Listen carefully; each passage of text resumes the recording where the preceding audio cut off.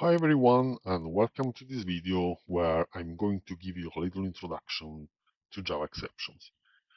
I'll use an easy language to explain this important concept in Java programming, and I'll give you some effective examples to make it easy to understand this important concept. Topics. First of all, we are going to understand what exceptions are. Then I'll give you the class diagram of Java exceptions.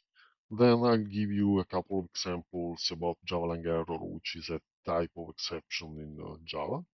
And finally, we are going to understand where exceptions come from and why exceptions are useful. So let's start with the first topic and trying to understand what exceptions are. Basically, an exception represents an abnormal situation during the execution of our code. It could be, for example, trying to access an unreachable database. It could be, for example, trying to write a read-only file. It could be, for example, trying to access an existing element in a Java list. In all these situations, and other situations, of course, exceptions are very useful to understand that something wrong happened in our code, and most important, why our code failed. So let's move on my development environment and let's open the exception example.java file to see an example about this topic. In this little snippet of code, I'm trying to read all the lines from an existing file on my PC. So since this file is not existing on my PC, I will receive an exception telling me that something wrong happened in my code. And most important, I also receive the reason why my code failed. And here it is very clear that my code failed because the file unexisting.txt is not existing on my PC. Okay, let's move to the next topic. This is the class diagram, a simplified class diagram about Java exceptions. First of all, we need to understand that exceptions are classes. So at runtime, when something wrong happens in our code, an instance of one of the classes representing an exception is created. The base class of all the exceptions in Java is JavaLang throwable, which extends directly from JavaLang object, which is the base class of all the classes in Java. Direct subclasses of JavaLang throwable are JavaLang error and JavaLang exception. JavaLang error is represents a situation from which we cannot recover, while JavaLang exception represents a situation from which we can recover providing additional code. A subclass, an important subclass of JavaLang exception is JavaLang runtime exception.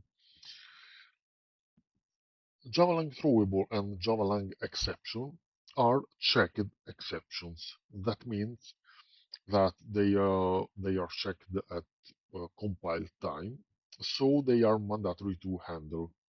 I'll show you in another video what handle an exception means. While JavaLang error and JavaLang runtime exceptions are optional to handle because they are unchecked exceptions, so they are not checked at compile time.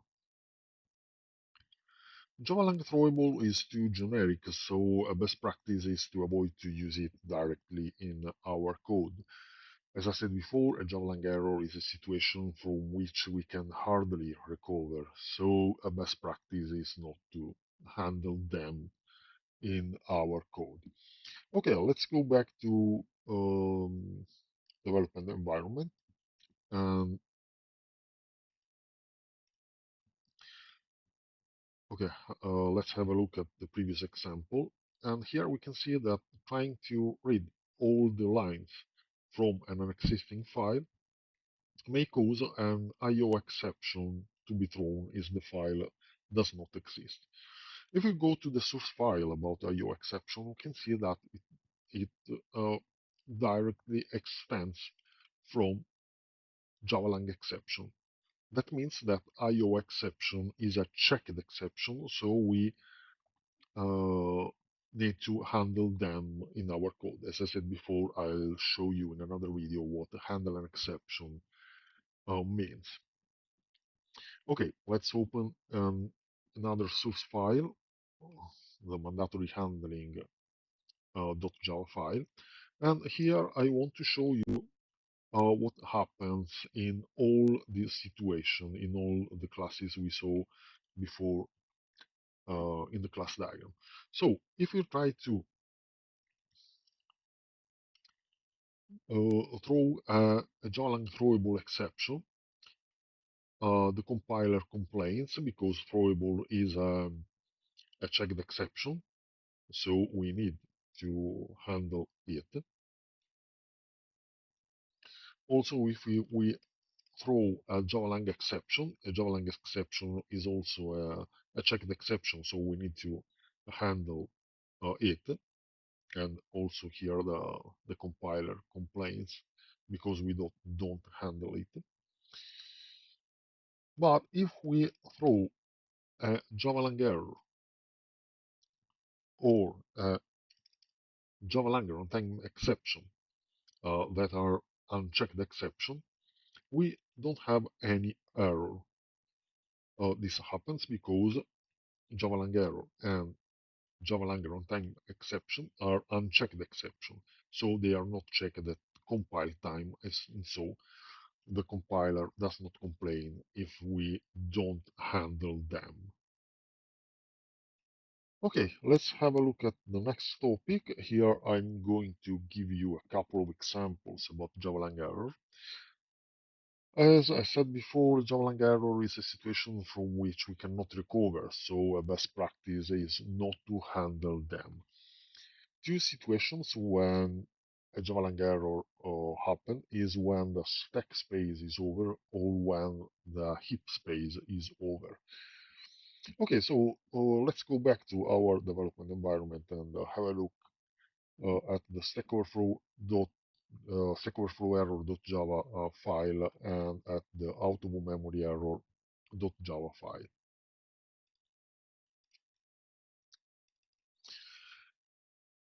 In this Stack Overflow error class, I've created a recursive method that calls itself. As you can see, there's no condition that stops the recursion, so the recursions last forever.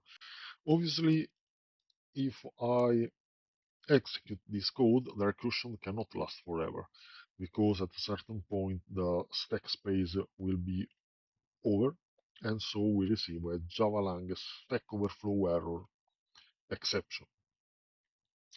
In the out of memory error, we have we create an array list and we add new elements to that list forever. If I try to execute this code,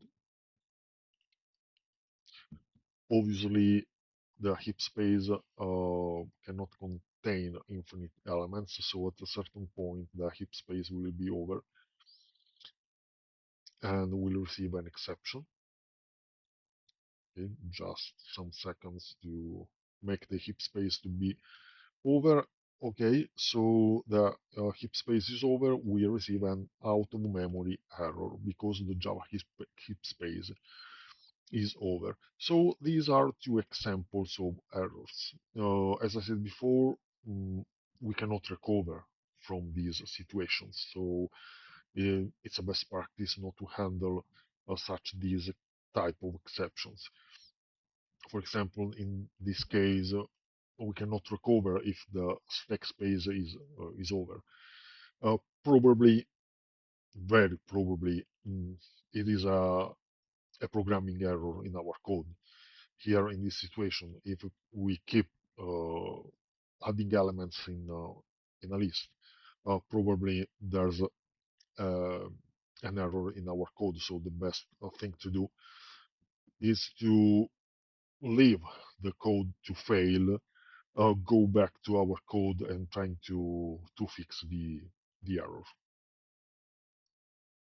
The next topic is where exceptions come from. Well, an exception comes from a throw statement, and this throw statement can be in our code, and in this case, it's useful to add a message to explain why our code failed, or it can be within a third-party libraries. Regardless of where they are generated, they should be treated the same way, so there's no difference between an exception created in our code and an exception created within third-party libraries. Okay, let's go back to our development environment and let's have a look at the exception example.java file that we saw before. Now to see how the IO exception is thrown by the throw statement.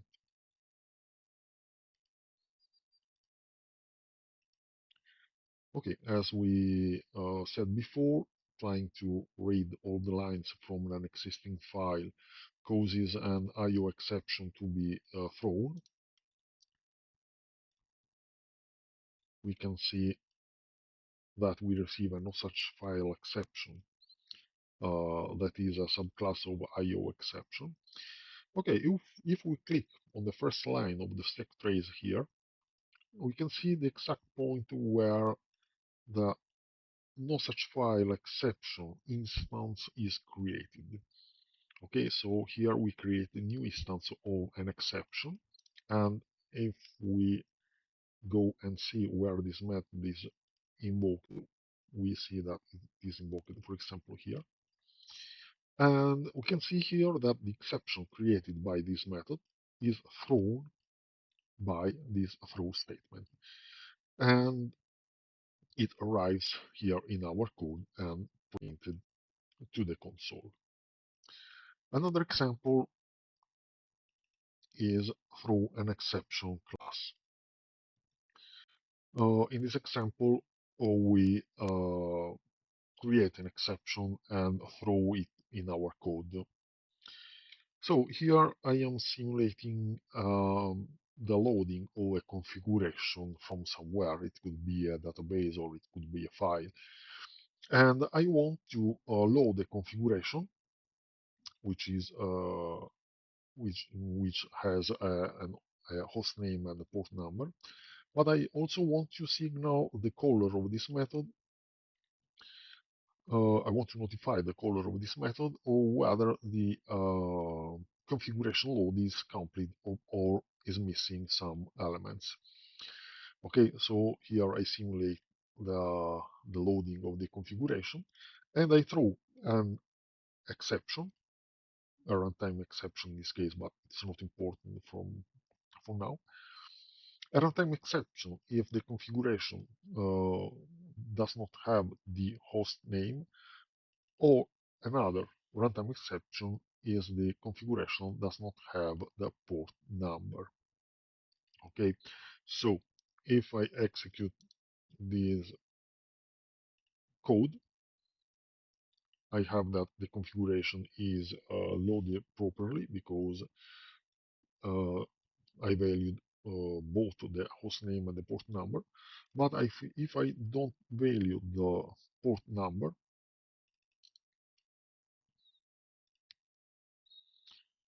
I can see that a runtime exception is thrown because the port number is null, so a new runtime exception is thrown. And here I added a message to explain why my code failed, and I can see that message in the stack trace. So it's very important to add a message to explain why our code failed. So we can see that message, for example, in the log file. The next topic is why exceptions are useful. There's one huge reason, big reason why exceptions are useful. And exceptions help us keep our business logic separated from the code needed to handle errors. So it means that when an error occurs, our program will follow a flow that's different from the flow when no error occurs. If we now imagine that exceptions didn't exist, the caller method would have to know the conditions to be considered as an error. And so we will need uh, some extra code in the caller method to handle the error condition. Okay, we can see such this concept in the two versions of the wrong code without exceptions.java file. So go back to our development environment. Okay, let's open the wrong code without exceptions one. Okay, here we are also trying to load a configuration from somewhere, a configuration made of a host name and a port number. But here we suppose we don't have exceptions in Java. So how can we notify the caller method that the configuration is not complete? For example, we can return null if the loaded configuration is not complete. So if the host number if the host name or the port number is null, we simply return a null configuration. This means that the caller methods needs to check if whether the returning configuration is null. So that means that the caller method needs to have some extra code to understand whether an error occurred in the load configuration method. Also, here, if for example we suppose the port number is missing,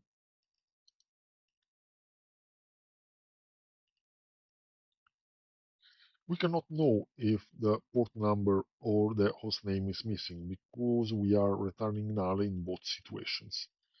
Okay, but the important here is that the caller method needs to have some extra code to identify uh, error conditions. The second example is this one. So here we simply load the configuration from somewhere, so from a database or from a file, and return the configuration to the caller, whether it is correct or not. Here, the caller method needs to check whether the host name is null or whether the port number is null to give a proper message to the user. So, for example, here, if the host name is null, the user will receive an error message missing host.